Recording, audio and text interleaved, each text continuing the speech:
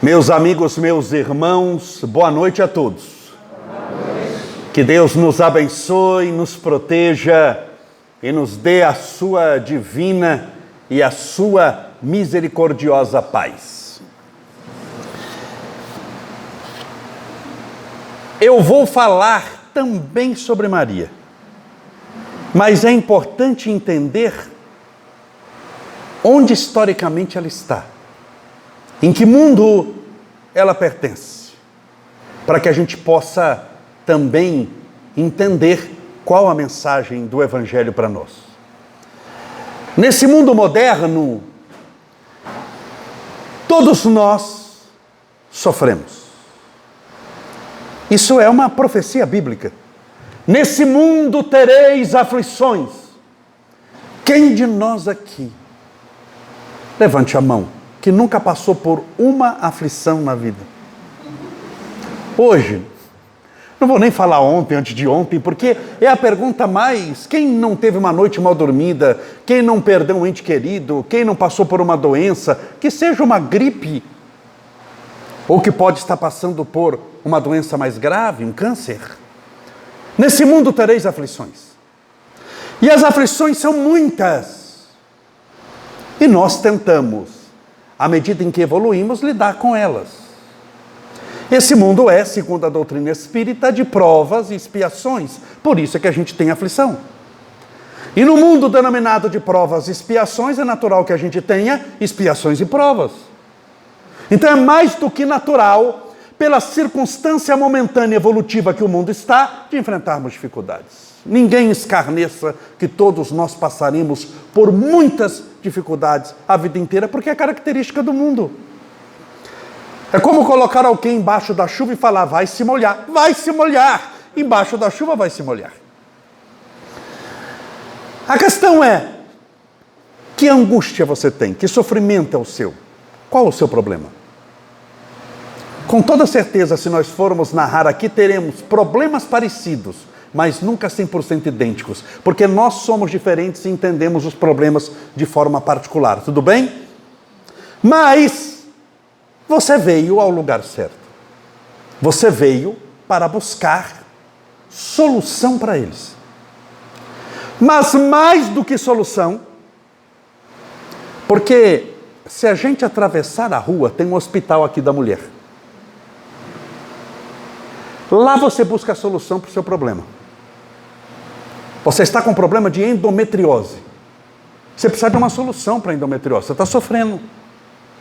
Então você vai no hospital, faz exames, procura um médico lá e faz o tratamento. Então você está buscando uma solução. Está no lugar certo. Aqui espiritualmente, o certo não é falar solução. Porque a solução é só efeito, não é a causa. Espiritualmente, aqui você procura o solucionador. Tem algo maior do que a solução, que é quem? O solucionador, que é Deus. Então, atravessando a rua, você procura a solução. Da calçada para lá, solução. Da calçada para cá, o solucionador. Porque senão a gente não vai oferecer nada que o hospital já não ofereça, é ou não é? Você quer a solução? Quer. Mas o hospital também já tem. Não é melhor ir só num lugar? Mas aqui você procura o que a solução muitas vezes não dá. Você procura o solucionador. Na doutrina espírita nós temos muitos livros para encontrar isso. Muitos, que falam sobre muitos assuntos. Entre eles Maria, muitos livros. Muitos. Só Chico Xavier, vou pegar um médium, claro, o mais famoso de todos, Chico Xavier, ele tem 500 livros psicografados. Esses 500 livros, se você tem depressão, síndrome do pânico, angústia, se você tem está devendo alguém, o que é um problema também ruim, porque ficar com contas atrasadas dá um desconforto psicológico grande, se você está passando por um problema de dor de coluna, por uma perda de um ente querido, nesses 500 livros, fala muita coisa sobre isso ou não? Fala. Nesses 500 livros eu te garanto que fala. 500. Então estamos indo bem. Tranquilo. Só que nesse mundo tereis aflições. Não se esqueça disso. Primeiro problema. Quem, sendo muito honesto, já leu os 500 livros de Chico Xavier? Só estou pegando o Chico, hein? Não estou nem falando de obra básica. Eu estou cometendo aqui um pecado. Estou pegando só um. Quem já leu os 500? Foi Camolés, é verdade. Nesses 500, é lindo mesmo.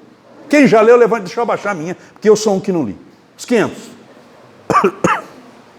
Ah, mas 500 também, né, gente? É bastante livro. E você também tem muita coisa para fazer, não desmerecendo a importância dos livros, mas você tem muita coisa para fazer. Tem ou não tem? Você tem muitas atividades, você tem uma vida também. Nem sempre você tem o tempo necessário para ler e estudar 500 livros. Vamos pechinchar. O brasileiro adora pechinchar. Vamos dar um desconto de 50%. 50% é um bom desconto.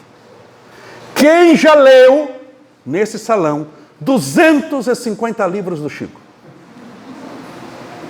Mas também é bastante, porque tem outros livros para ler também. Tem o Evangelho segundo o Espiritismo, o Livro dos Espíritos, o Livro dos Médios, o Céu, o Inferno, a Gêmeos. Tem outros livros de outros autores. Vamos dar mais um descontinho, para a gente fazer um bom negócio. 150 livros. Não dá para baixar mais que isso, que já estou pegando 30%. Quem já leu 150 livros do Chico e sabe aqui falar o nome de 100. Só um nome. Não precisa contar o que tem dentro. Camolés, quero falar só o nome de 100. Quem sabe falar o nome de 100? Então nós temos um problema. Nós temos uma doutrina fantástica, maravilhosa, com os recursos, com explicação para tudo. E mais meia dúzia de coisa. Só que nem sempre a gente tem tempo. Alguns não têm vontade, mas muitos não têm tempo para ler tudo aquilo ali. Você tem uma vida, você tem suas atividades, você tem sua correria. Mas a gente precisa de uma solução. Porque quando a depressão vem, ela nunca pergunta se você tem tempo para ela. Quando o câncer vem, ele nunca pergunta antes: você tem tempo para mim? Estou de olho em você. Ele pergunta antes, manda e-mail, WhatsApp, mensagem, sinal de fumaça? Não. Quando a síndrome do pânico vem, ela nunca manda um aviso antes, se você tem tempo. Quando um obsessor gostou de você, ele não manda um e-mail e fala: estou pensando lá em dezembro, vou esperar as festas juninas. Lá em dezembro estou esperando em eu e meus colegas para morar na sua casa. O obsessor manda aviso de que vai? Não. Então, quando nós, nesse mundo de aflição, nos afligimos, a aflição nunca pergunta se você tem tempo para ela ou não. Nunca. Mas a gente precisa de uma solução. Porque você não está de brincadeira. Você, e não obstante ser um espírito eterno, nós, na Terra, nós não temos todo o tempo do mundo. Espiritualmente, sim. Mas na Terra, os nossos dias são contados. Está na Sagrada Escritura: assim como os fios de cabelo de vossa cabeça são contados, o tempo é contado. Imagina para mim que eu já não tenho mais fio. Eu já estou mais lá do que cá, porque não tem nem mais o que contar. Minha situação é a pior de todas aqui. Você também não ria muito não, porque você... Por isso que eu não estou nem rindo. Isso.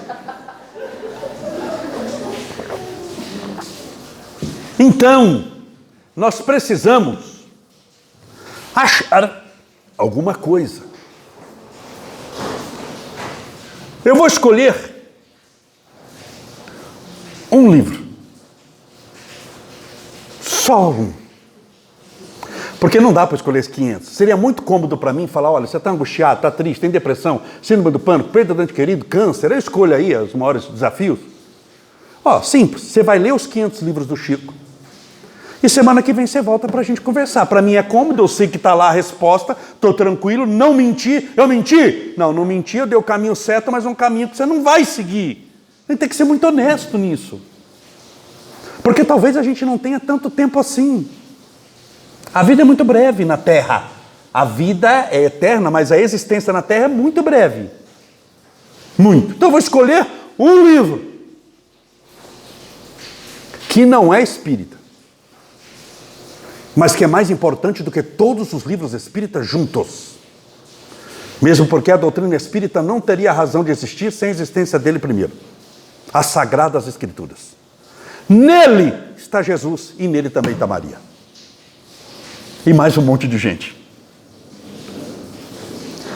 A Sagrada Escritura, ou sagradas, porque são várias, escrituras, porque são muitas, é o que a gente chama de Bíblia Sagrada. É a junção de 2 livros. Isso eu estou te explicando para você tentar contextualizar onde foi que Maria também apareceu.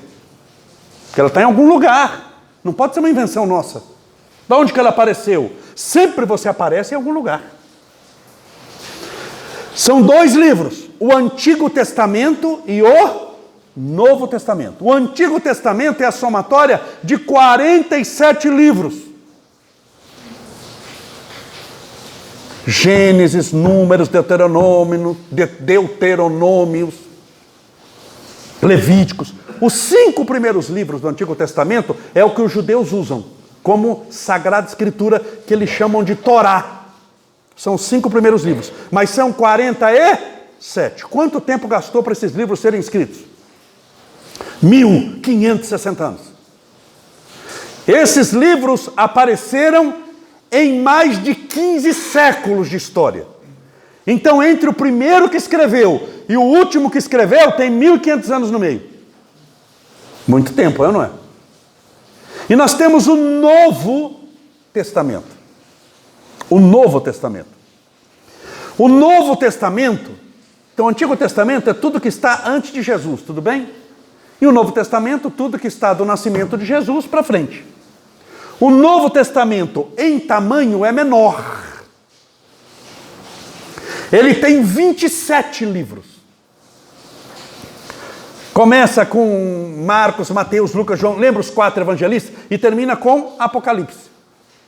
É o 27º livro. Quando você soma os 2, você pode falar a Bíblia Sagrada, ou Sagradas Escrituras, ou o Evangelho. São os 2 juntos. Um mais antigo, outro mais novo, lembrando que o novo tem 2000 anos. E o mais antigo tem mais de 4000. Nesse bendito livro, você acha Maria, você acha Jesus, acha os antigos profetas e acha norma de conduta para toda a sua vida. É uma coisa que, se você seguir com sabedoria, tiver sabedoria para interpretar o que está ali, você se dá bem nessa vida em todas as áreas, porque isso funciona há 4000 anos. Não é uma teoria nova, não é uma descoberta de motivação. Olha, descobrir agora uma teoria de motivação, da lei da atração agora, que você vai fazer isso aqui. Não, isso é novo. Nós estamos falando de coisa de 4000 anos. E não precisa, muitas vezes, nem crer em Deus para seguir o que está ali. Porque existem muitas coisas que foram copiadas de lá para a nossa sociedade e serve para todo mundo, incluindo para quem não crê em Deus. Por exemplo, o direito. Nós temos o direito. No Brasil e no mundo inteiro, né? Tem leis.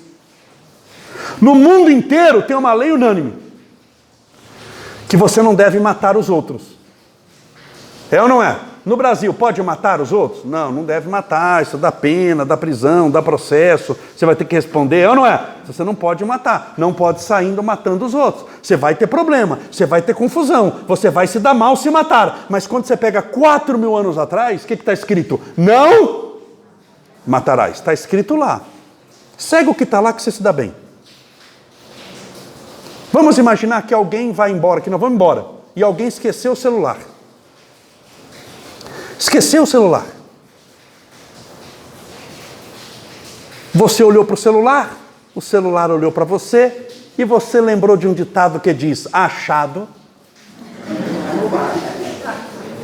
Você roubou? Não, eu não peguei, estava lá o celular, não tem dono. Todo mundo foi embora, só tenho eu o celular. Na rua, estou andando, tem um celular lá que eu olhei, não tem dono. Achado, eu achei, eu não roubei. Achado não é roubado. Você está em que parte da Bíblia? Satanás, capítulo 1, versículo 2. É ou não é? Não tem lá. Não tem só a Bíblia do... Lá não tem. Você tem que saber onde é que você lê as coisas. Porque tem gente que fala achado não é roubado, ele acha que está na Bíblia.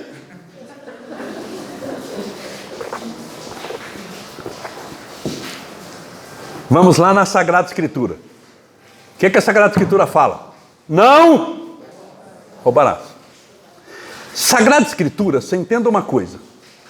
Fala, Camões, por que tem Espiritismo então, se na Sagrada Escritura já está tudo lá? Lá só está o que você deve ou não deve fazer. Não explica por quê. Senão não dá tempo. Senão você vai ter um livro de 800 mil páginas. A Bíblia pesaria 1 tonelada. Então lá é um livro de conduta. Faça ou não faça?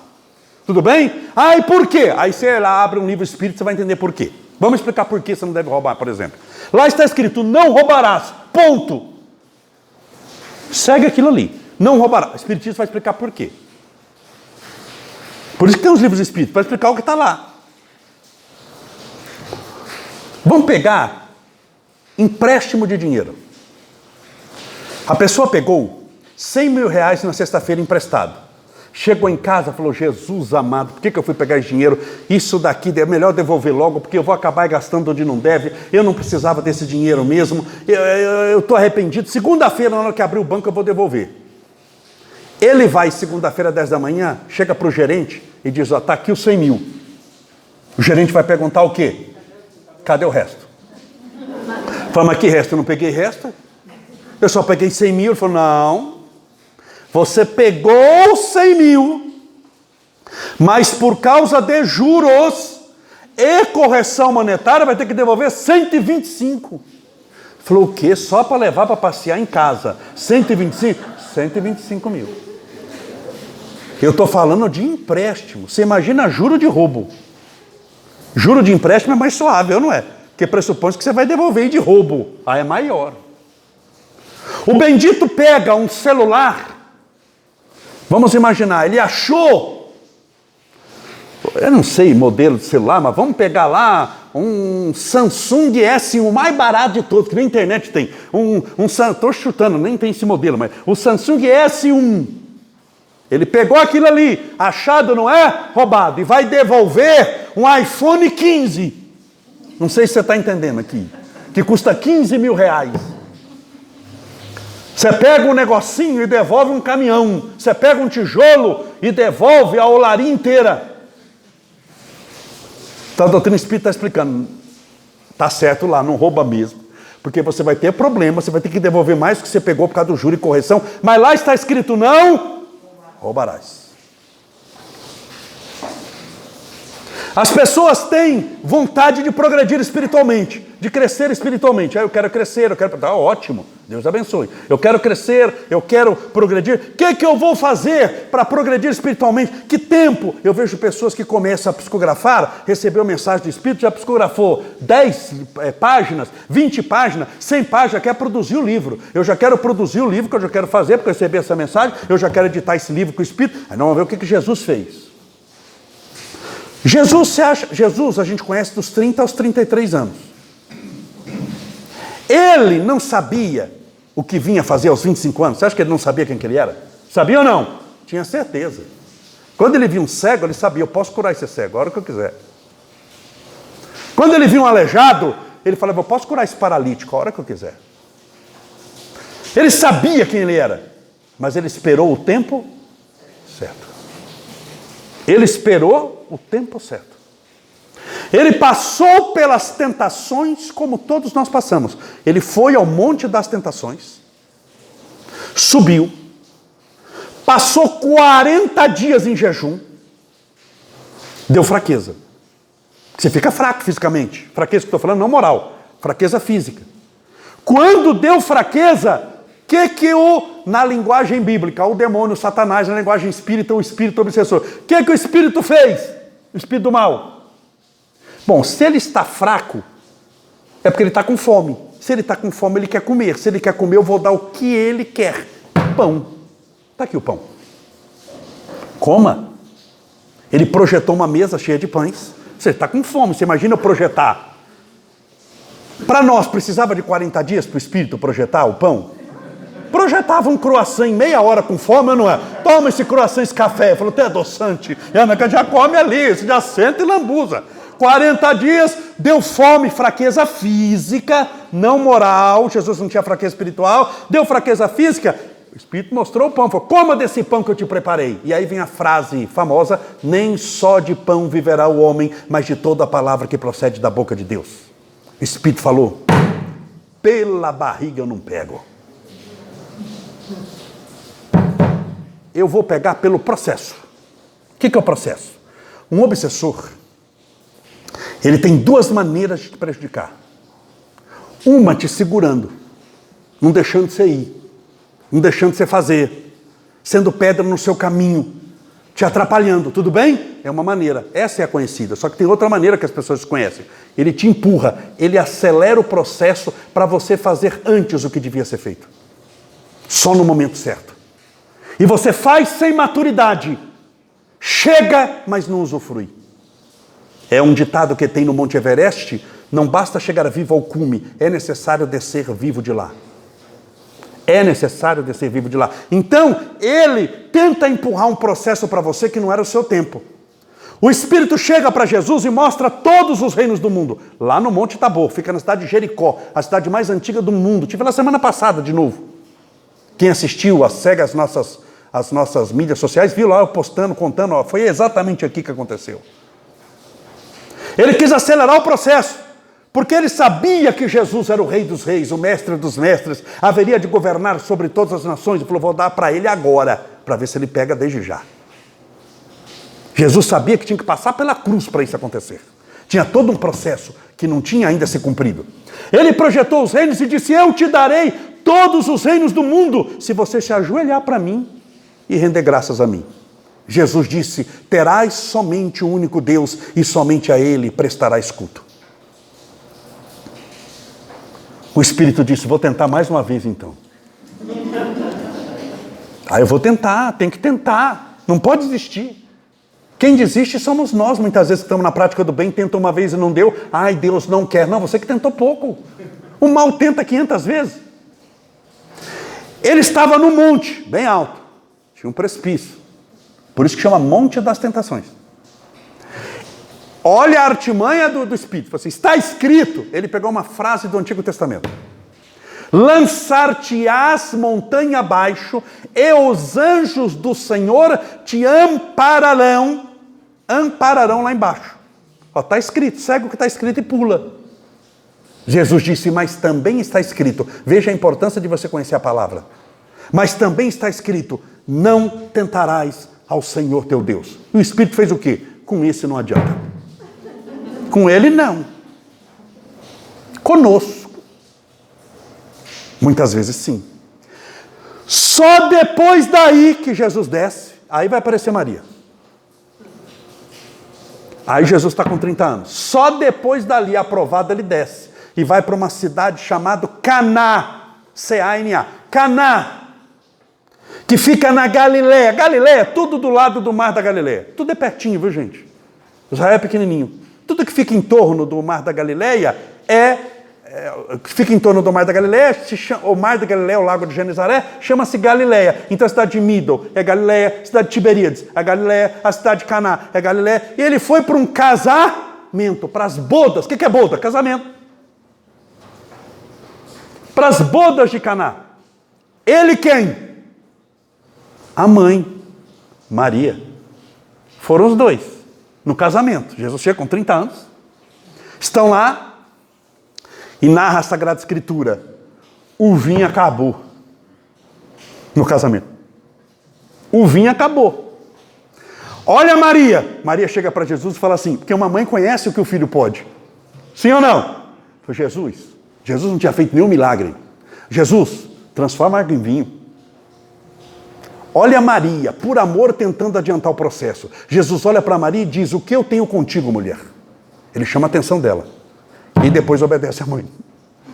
Filho bom obedece, não é? Primeiro ele chama, estou sendo fiel à Sagrada Escritura. Mulher, que eu tenho contigo. Como que dizendo? Ela sabia que ele podia. Mãe conhece o filho, sabe o que pode, sabe o que não pode, sabe quando sacode. Ela falou: Jesus, transforma a água em vinho, meu filho. Ele chamou a atenção como que dizendo: não é o momento ainda. Mas o pedido de uma mãe. É ou não é? O que é que Jesus faz? Manda trazer talhas. Porque entenda bem, vinho hoje se vende em garrafa, né? Dessas garrafas de 1 litro, não sei o quê. Aquela época era talha. Quanto tem de líquido uma talha? Entre 85 e 120 litros. Não tem talha de 60 litros, não tem talha de 130. É entre 85 e 120 litros. Então, vamos pegar uma média de 100 litros? Jesus manda separar e eles trazem 6 talhas de vinho. 6 talhas de água. 600, isso já no final da festa. Note que para Deus fazer um milagre na sua vida, sempre você precisa dar alguma coisa. Nem que seja o seu coração. É que o milagre ele não era de coração, era de vinho. Por isso que para vinho não adiantava o coração. Você tinha que beber, tinha que transformar em algum lugar, tudo bem? Então naquele caso era talha, mas sempre você tem que fazer a sua parte. Não existe milagre de uma parte só. Por isso que entra algo chamado merecimento. Separaram e Jesus transforma, é o primeiro milagre de Jesus ao lado da sua mãe, por pedido de sua mãe, Maria. Olha a influência, e olha, ela não está influenciando um menino de 10 anos. Jesus já tinha 30. E ainda morava na casa dos pais. Não sei se serve de álibi para você que mora com o papai e com a mamãe ainda, porque Jesus morava, eu não é. Eu sigo Jesus.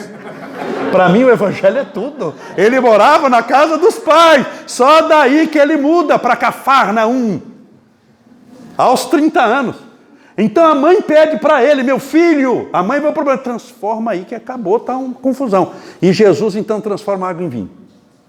Quando foram beber, porque muita gente não viu a transformação, entenda bem, o evangelho, Deus produz frutos, não espetáculo. Muitas pessoas nem viram a transformação.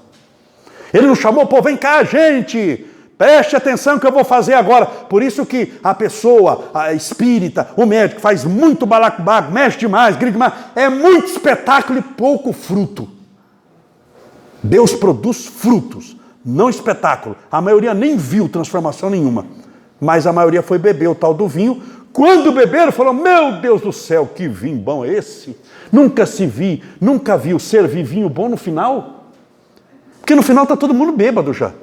Você serve o quê? Gasolina. É, não é? Eles nem vão saber a diferença.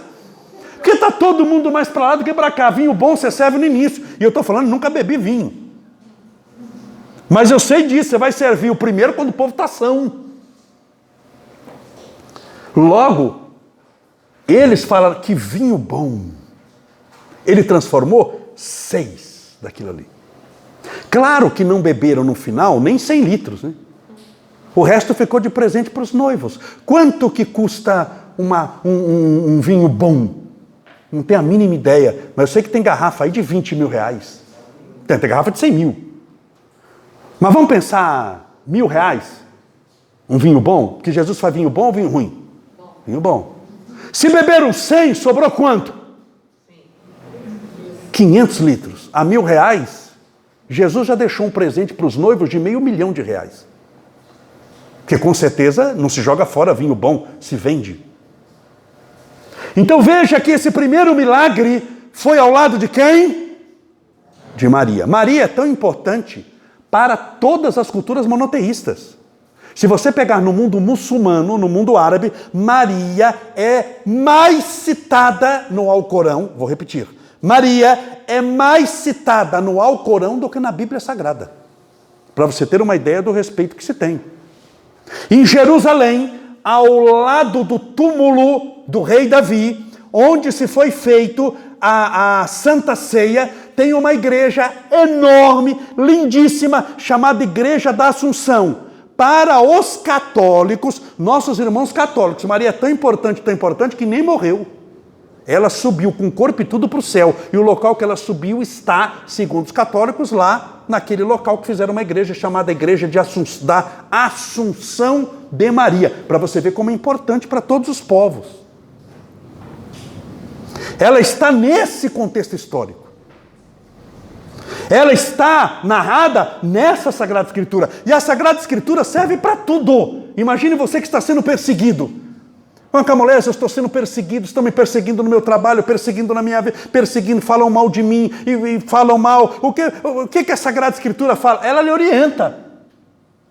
Está sofrendo perseguição? O que você faz com os inimigos?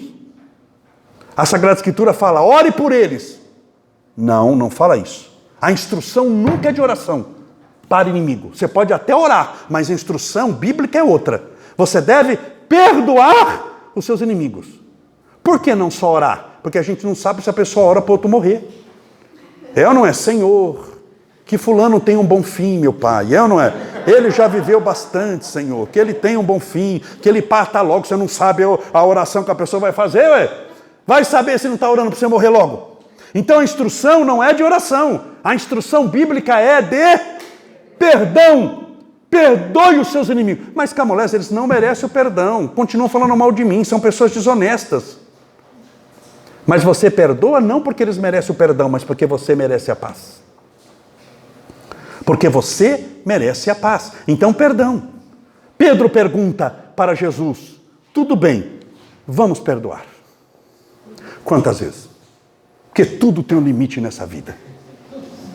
Até 7 vezes. 7 já é bastante, ou não é? Já é bastante. A pessoa está atormentando você, mentiu, falou mal de você, colocou sua foto no WhatsApp, falou que você não manda nada, falou não sei o quê. Você foi lá e perdoou. Deus te abençoe, Pai nosso, está no céu santificado, seja você está perdoado, em nome de Jesus. Você vai embora, quarta-feira amanhã ele faz tudo de novo? Pedro pergunta até 7, que já é bastante. Jesus fala, não, é pouco. Até 70 vezes 7. Quanto dá? 490. Cada erro. Ou seja, perdoar para sempre. Você deve perdoar sempre. Sempre. Para quê? Para manter a sanidade mental. Para não ficar sofrendo com aquilo lá. Como é que você sabe se perdoou ou não? Tem como? Tem, vou te ensinar essa noite. Como você sabe, você que teve que perdoar alguém, se você perdoou de coração mesmo ou não perdoou? O que é perdoar, gente? É trazer em casa?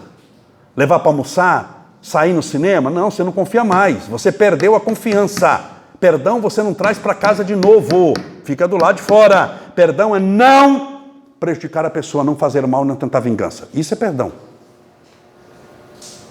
Isso é perdão. Você não vai prejudicar, você não vai fazer, não vai torcer pela queda do inimigo, porque se ele estiver errado ele vai cair. E se você, diz a Bíblia, torcer pela queda do inimigo, Deus vai ficar do lado dele, porque Deus fica do lado dos fracos, dos órfãos e das viúvas, fracos, órfãos e viúvas. Se você torcer pela queda do inimigo, ele fragilizado cair, porque ele está fragilizado, Deus o levanta e você se humilha. Isso está na Bíblia.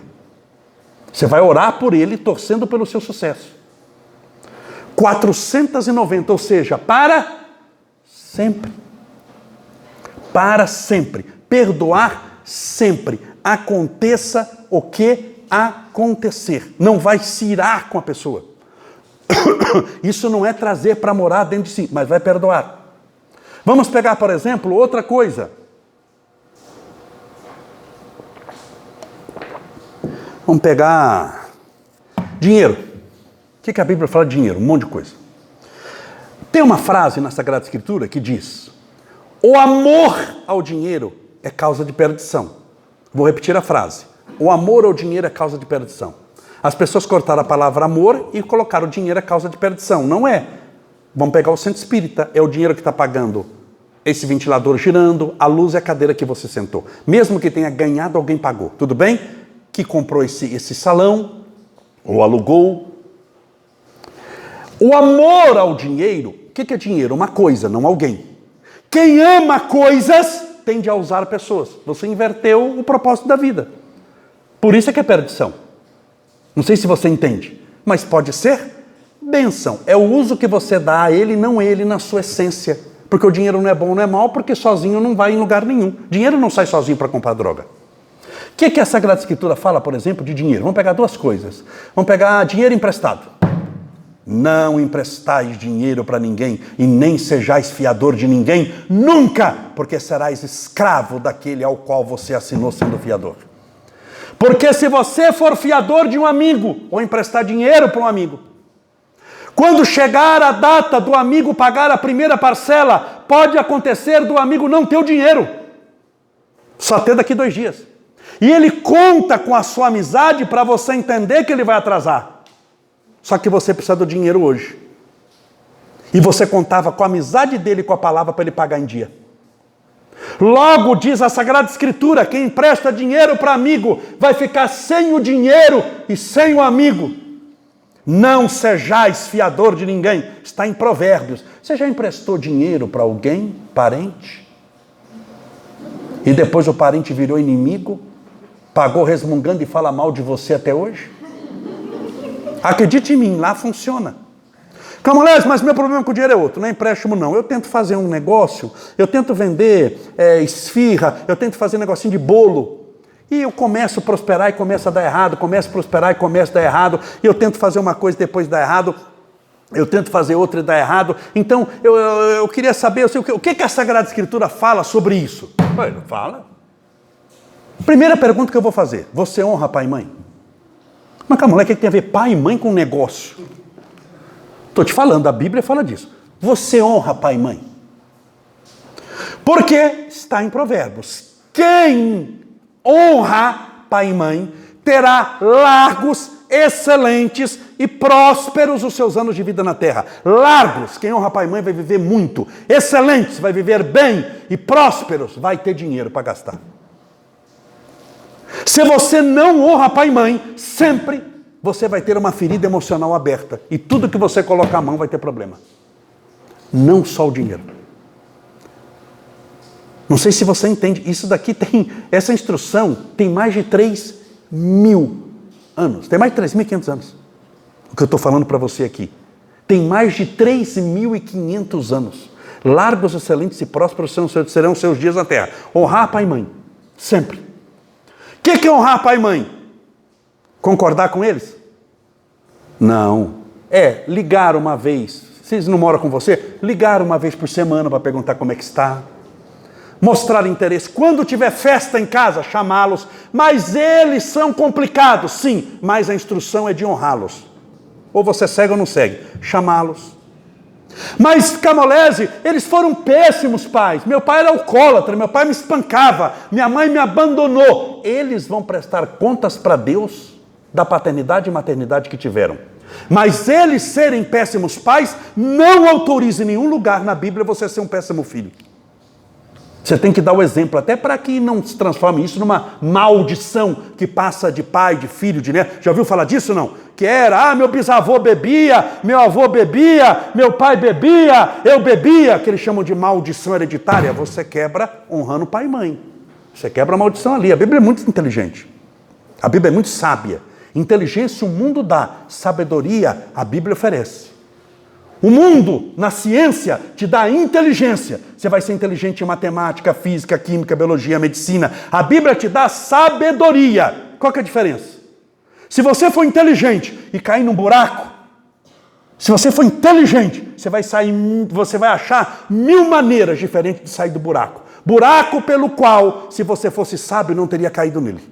Essa é a diferença entre sabedoria e inteligência. Deus te dá sabedoria, o mundo te dá inteligência. É nesse mundo que nós encontramos Jesus, é nesse mundo, do jeito que eu estou falando, que nós encontramos a presença de Maria, é nesse mundo que nós encontramos o Pai de Jesus, é nesse mundo que nós encontramos os ensinamentos, que são muito antigos, mas que servem muito para hoje. Para concluir, só mais 3 minutinhos. Eu estou estourando, só mais 3, tá bom?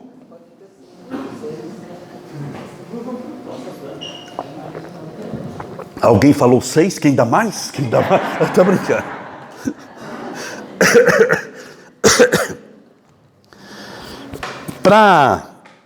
Para concluir.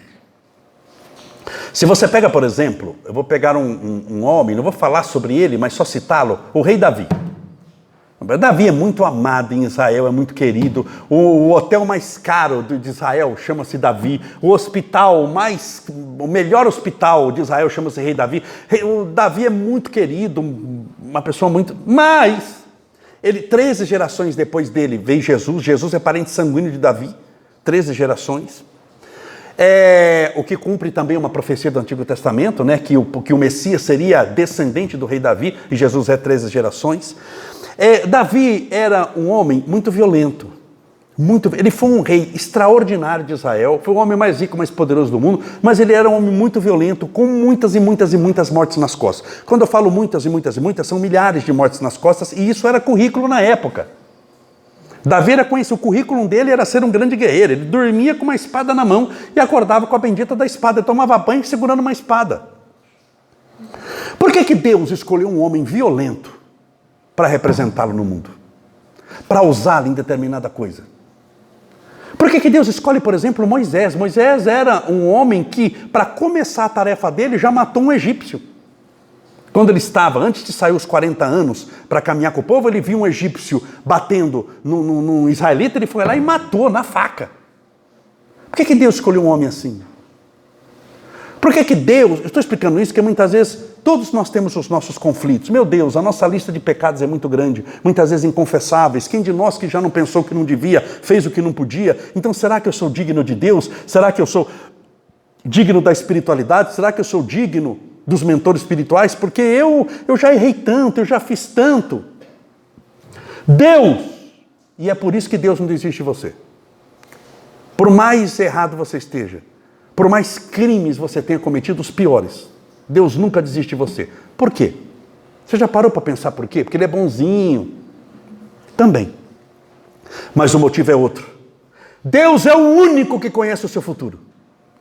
Ninguém mais conhece o seu futuro. Não há um espírito de luz que saiba do seu futuro. Só Deus. Porque nós temos, através da lei, da ação e da reação e do livre-arbítrio, nós podemos mudar muita coisa no transcorrer do tempo. Concorda? Nós podemos mudar muita coisa. Mudamos muita coisa. Vamos imaginar, o Espírito vem e fala assim, você vai ser médico. Ah, vai? Vai. Então não preciso fazer mais nada que eu vou ser médico. Você não vai estudar, não vai fazer o primário, não vai fazer vestibular. Vai ser médico? Não. Então quando ele fala você pode ser médico, é uma probabilidade, mas não é um conhecimento que você pode se matar no meio do caminho disso. Concorda? Então quem sabe para valer é Deus. Então Ele não olha aquele momento, Ele olha o que você pode se transformar. Último exemplo da noite. Alguém já leu um livro espírita de Chico Xavier, o primeiro livro de André Luiz? Ou assistiu o filme ao qual o livro inspirou, chamado Nosso Lar? Tem alguém aqui que já ouviu falar? Nosso Lar. Nosso Lar. Nosso Lar fala do umbral ou não? Ah, é só umbral, né? Tudo que acontece no nosso lar é no umbral. O umbral é bom? Gente, boa noite. Tem gente que já está com tanta expectativa de ir para lá, que você, não quero nem arrumar confusão de eu vou, eu nem vou falar que não é bom, porque depois eu vou para lá. No umbral não é bom, não é bom, é ruim, é ruim. Ninguém ora para ir no umbral, Senhor, deixa eu ir, como de ninguém quer. Estando lá você quer se livrar e não estando lá você não quer ir. Tudo bem? Umbral é um lugar ruim, de sofrimento, de padecimento, de dor. Você quer conhecer? Não precisa morrer para isso. Dá para conhecer. Só para você ter uma Camolés, mas será que é ruim mesmo? Gostaria eu de estudar umbral? Dá. Fica 16 quilômetros daqui, bem. Já ouviu falar de Cracolândia? Já ouviu falar, pelo menos? Fica 16 quilômetros de onde a gente está aqui agora. A Cracolândia é, sem tirar nem pôr, sem exagerar nada, o umbral que André Luiz fala nos livros. Se você ver aquelas pessoas andando lá, parece que são copos, parece que não tem alma naquilo ali. Eles ficam parados pelo efeito da droga, ficam olhando assim, eles perderam a noção de tudo, perderam saúde, dignidade, o nome, o trabalho, a família, perderam tudo. Lá é um umbral vivo. Pois eu quero a Cracolândia como exemplo, para encerrar. Vamos pegar o mais drogado da Cracolândia. Quero pegar o pior na Cracolândia, porque sempre tem o pior. Quem que é o pior aqui? Ah, é fulano lá, que está há mais tempo e inclusive está vendendo droga. Vamos pegar o pior, o maior viciado da Cracolândia. 8h45 da noite de terça-feira. Agora, se esse bendito se arrepender, num instante de lucidez, se ajoelhar no chão, erguer as mãos para o céu chorando e pedir a Deus socorro, Deus vai ou não? Vai ou não, gente? Vai. Ou Deus fala, não, com viciado eu não me envolvo. Não, na Cracolândia eu não vou, porque a vibração é muito ruim. Ele vai ou não vai? Ele vai. Ele desce ao inferno. E se alegra com isso, disse Jesus. O pastor das ovelhas se regozija mais quando salva a que estava perdida do que pela própria alegria das 99 que estavam salvas no aprisco. Deus ainda gosta de descer ao inferno. Por isso que nunca há nenhum caso perdido para Deus. Por isso que Deus perdoa os seus pecados. Por isso é que Deus toda manhã te dá uma nova chance. E mesmo quando você não tiver mais manhãs nesse mundo e tiver partido ao mundo espiritual, Deus irá te receber no seu reino de amor, dizendo: meu filho querido, eu te esperei há tanto tempo. Mesmo nós sequer merecendo pronunciar o seu nome, Ele nos ama e jamais desiste de nós, porque Ele não olha o nosso estado, mas como é o único que conhece o nosso futuro, sabe onde você pode chegar. Maria sabia onde Jesus podia chegar. Jesus acabou o vinho, transforma a água em vinho. Maria sabia onde Jesus podia chegar. Quando vai lá no final e vê-lo crucificado, você imagina a dor de uma mãe, a dor que ela padeceu naquele instante, mas ela sabia, no fundo, e não obstante a dor, que ele tinha nascido para aquilo ali, e que a vida dele, para valer espiritual, começava após a cruz. É ali que o poder dele se revelaria, não na vida, mas através da morte. Por isso, peguei um livro, leia. O que quer dizer isso? Que você não vai ler os livros espíritas? Claro que não, é a explicação desse livro. Mas leia esse livro com carinho, a Sagrada Escritura. Se você tiver dúvida de alguma coisa, fala: Camolés, o livro é muito grande, eu não sei onde achar. Vou te ensinar um segredo. Você está, por exemplo, angustiado, levantei angustiado. O que a Bíblia Sagrada diz sobre isso? Camolés, eu estou devendo. O que a Bíblia Sagrada diz sobre isso? Camolés, eu tô ansioso, eu estou ansioso. O que a Bíblia Sagrada? Você vai pegar, você tem internet, celular com internet? Você vai escrever Bíblia Online. Escreve Bíblia Online, vai aparecer lá. Você escreve o tema numa lupinha. Angústia. E vai aparecer tudo que tem sobre a angústia na Sagrada Escritura. Segue o que está lá. Acredite, não é nem em mim, porque eu também estou seguindo, eu só estou repetindo a orientação. Acredite em Deus. Se você seguir o que está lá, você vai se dar bem em todas as áreas da sua vida. Você vai cumprir o seu propósito espiritual. Tudo bem? Acabou. Graças a Deus. O pessoal não estava aguentando mais também. Meus irmãos, só uma licença para dar um recadinho.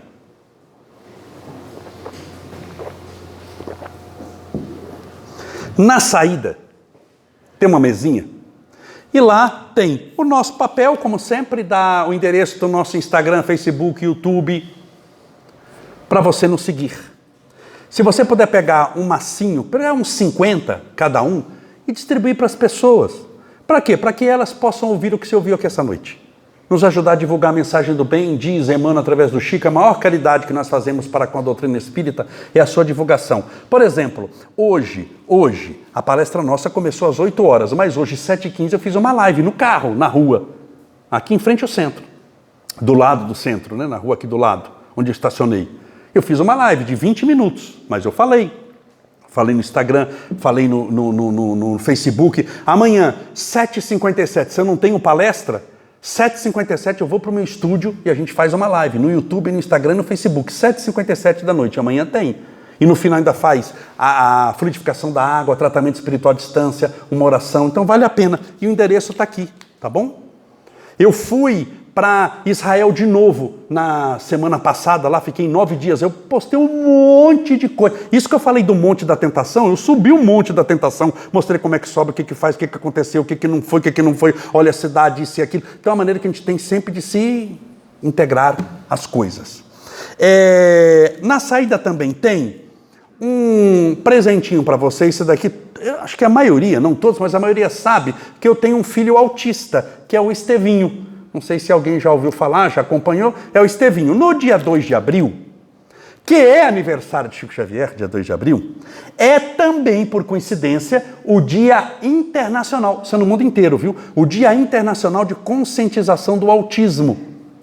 E eu ajudei a prefeitura a fazer uma caminhada para os autistas. Eu ajudei a fazer a caminhada. Para os autistas, levei o Estevinho, foi um monte de gente, e eu levei um presentinho para eles, em homenagem ao Dia do Autista. Sobraram alguns, não são muitos, possivelmente não vai dar para todo mundo, está lá em cima da mesa. Se você quiser, é seu. É bom também para a gente conhecer um pouquinho sobre o autismo, mas só para você saber, você vai ver 2 de abril, já passou 2 de abril, mas é porque foi feito no Dia Internacional de Conscientização do Autismo, está ali na saída, tem a foto até do Estevinho, se você não conhece.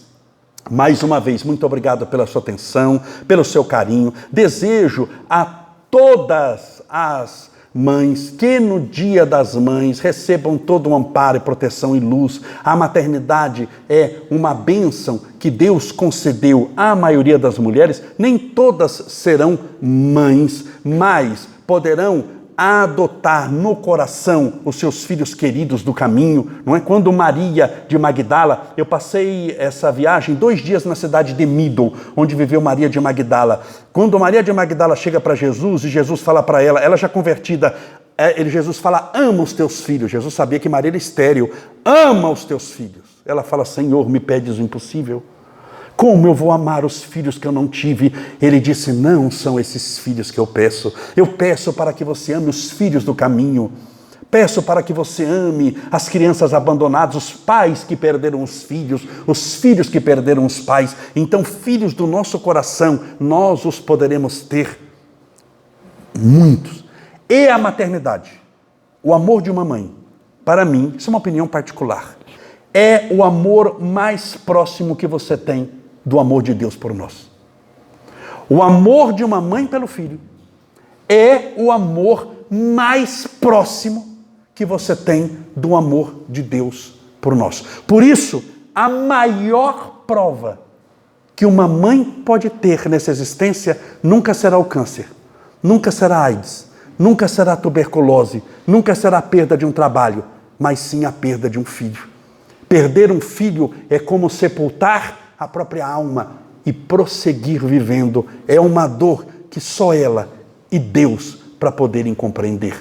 Então fica a nossa homenagem a todas as mães, que Deus te abençoe e te proteja hoje e sempre. Para encerrar, vamos fazer aquela bênção muito antiga, de muitos séculos atrás, de uma Europa medieval, camponesa, feita ao se despedirem das pessoas que mais amavam, e a bênção era mais ou menos assim: que os ventos sempre soprem suas costas, impulsionando o avante.